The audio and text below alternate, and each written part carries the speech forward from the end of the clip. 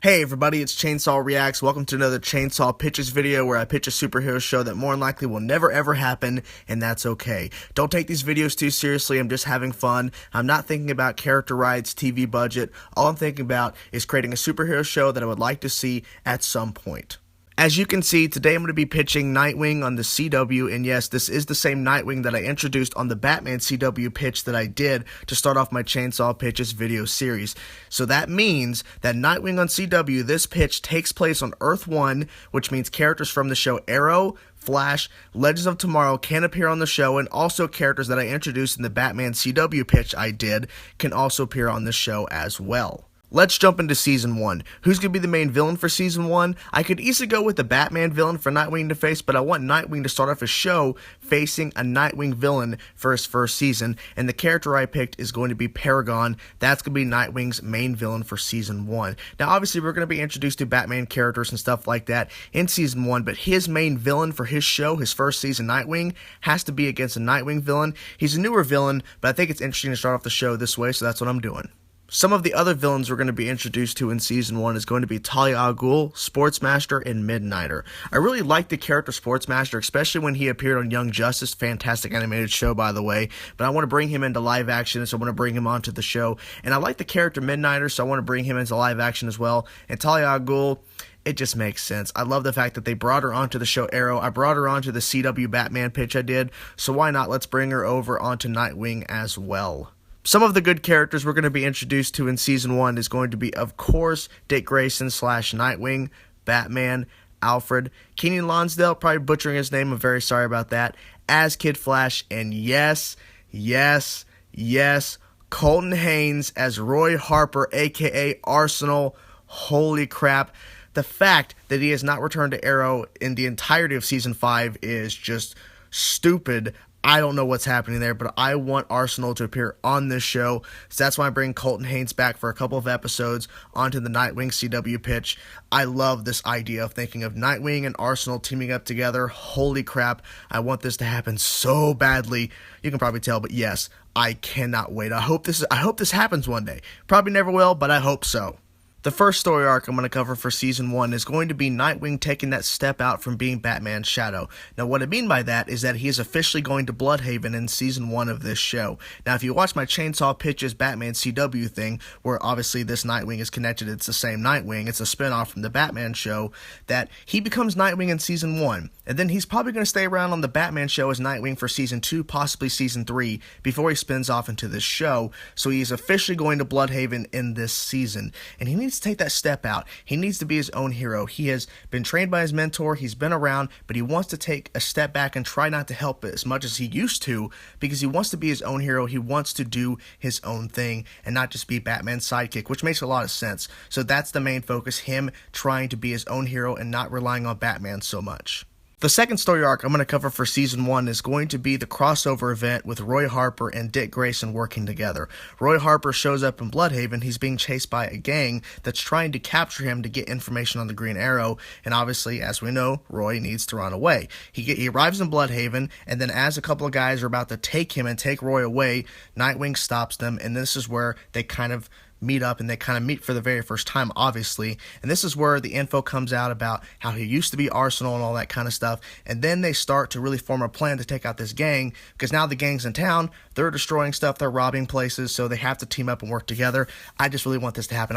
As soon as I thought about it, like, holy crap, I want to bring Roy on, and immediately when I thought it, I'm like, okay, I'm doing it, and this would be awesome. This would be a 2-episode arc, and maybe 3, but, you know, it's going to be a pretty cool event. I just want it to happen so bad. That's why I did it. The third and final story arc I'm going to cover for Season 1 is going to be some flashbacks throughout the entire season showing young Dick Grayson with his parents before their unfortunate passing. Now, these flashbacks are not going to necessarily tie in with what's happening in the current storyline at the current time of the show, but these flashbacks are either going to be shown during a time of reflection or a time where Nightwing is telling someone something about his childhood, and we're going to see why he does this. We're going to see why he put on a mask, why he took on the name Robin, why ultimately he ascended to Nightwing, because we're going to see this is why I'm doing this. I lost my parents. I want to prevent others from dealing with that pain. And we're going to see sometimes where it breaks down Nightwing. It takes him to a dark place. And we're also going to see where these really connecting moments with his parents actually lift him up and actually make him stronger and better. So I think this is going to be a very strong thing for the show, especially during season 1.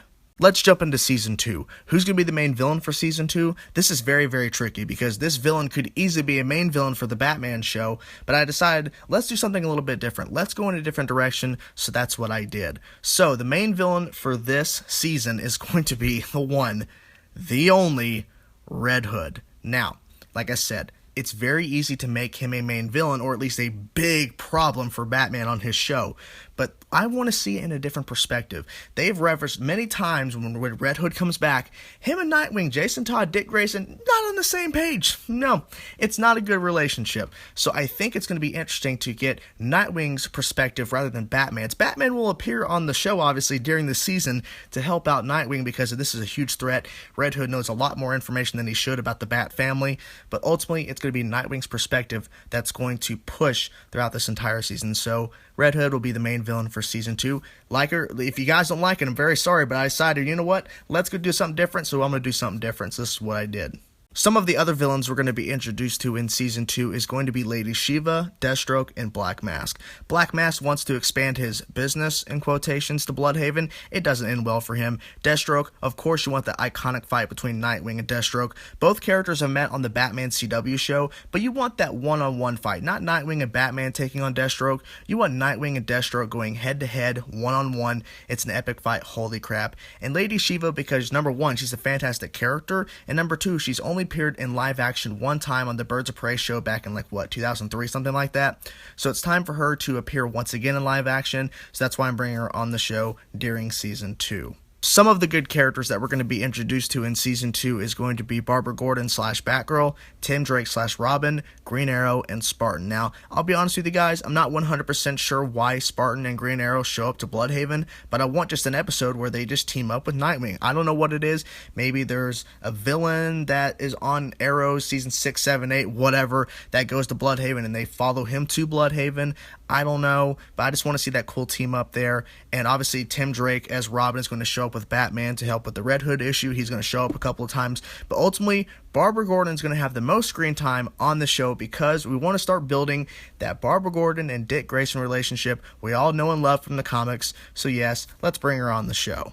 The first story arc I want to cover for Season 2 is going to be Barbara Gordon and Dick Grayson's relationship. Now, on the Batman CW pitch that I did, my idea was that Barbara and Dick kind of know each other, they're kind of friendly, they don't get to spend a lot of time with each other until Season 2 of Nightwing, where she starts appearing more in Bloodhaven, helping him out and all that kind of stuff, and then when he does appear in Gotham from time to time as well.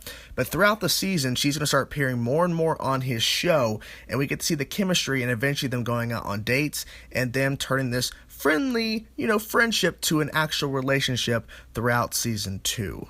The second story arc I want to cover for Season 2 is, of course, going to be involving Red Hood. Now, before Jason Todd reveals himself to being Red Hood on the show, he's going to make subtle references and hints to things that he should not know about unless he was a part of the Bat family, which at one point he was. But once he does reveal himself around midway through the season, not towards the end, but Jason Todd will reveal himself towards the middle of the season, and once this happens, obviously everything changes. Everything changes on the show. But once this does, we will get flashbacks filmed specifically for this show. We're going to see some flashbacks from Batman CW, but we're going to see new flashbacks filmed showcasing Dick and Jason's relationship and showing why Jason just hates Dick and why he's getting revenge on him and why he's back taking on Dick in Bloodhaven. The third and final story arc I want to cover for Season 2 is not necessarily a story arc, but more of expanding the Bat family in the Arrowverse. So we have the Batman CW show, then now the spinoff we're talking about now, the Nightwing CW show. Eventually I want to get to the point where Batgirl has her own show. We introduce the character Batwoman, maybe a Batwoman spinoff show, who knows? Introducing Damian Wayne's Robin. There's so many things we can do, and I think having it connect to the Arrowverse where all these characters, all these variety of Bat family shows can interact with Arrow, Flash, even Legends of Tomorrow, and then obviously Supergirl on Another Earth, but it's all connected. It'd just be fantastic. And you know what? Maybe at some point after all these variety of spinoff shows kind of conclude, if you will, we bring them all together to do a Bat Family TV show. I'm not sure what that would be, but that'd be like the connection. It's like Bat Family Justice League, essentially, because everyone's like, we want a Justice League show within the Arrowverse. Well, this would be their own version of Justice League, but it's just Bat Family characters, and then having, obviously, characters from other shows appearing as well. I don't know, just a thought on top of my head. What if we had a Bat Family show? Holy shit. Now, I know at this point of the video, I would be going over characters and story arcs I would like to see after Season 2 of Nightwing, but I'll be honest with you guys, when I was sitting down thinking out this show and how I'd want to see Season 1 progress, Season 2 progress, I started noticing that a lot of characters, and it makes sense, but a lot of characters that I was bringing onto the show were essentially just Batman characters that are just going to come over to Nightwing. I feel like that, you know, it's hard. It was hard for me in general to do the first 2 seasons of Nightwing, to be completely honest with you guys, because I wanted Nightwing to kind of not deal with a lot of Batman characters and a lot of Batman villains, but it's just kind of how I just processed it, and how I was like, okay, I want this to happen on this show, because we could do it on Batman, but it'd be interesting to do it in Nightwing's perspective. So I'm not necessarily going to do that this time in terms of characters and story arcs after Season 2, because I honestly couldn't think of anything that would be worth mentioning in this thing, because I feel like the first 2 seasons I've built for the Nightwing show are great in my personal opinion, and I'm not really sure where I would take it after this.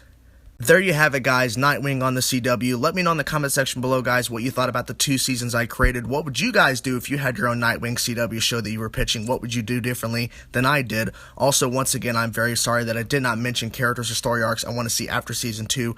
I didn't want to bullshit you guys. I didn't want to mix up stuff off the top of my head just to make the video longer. I just wanted to be honest with you guys. So there you have it. ChainsawPitches, Nightwing on the CW. Thank you guys so much for watching. Peace out.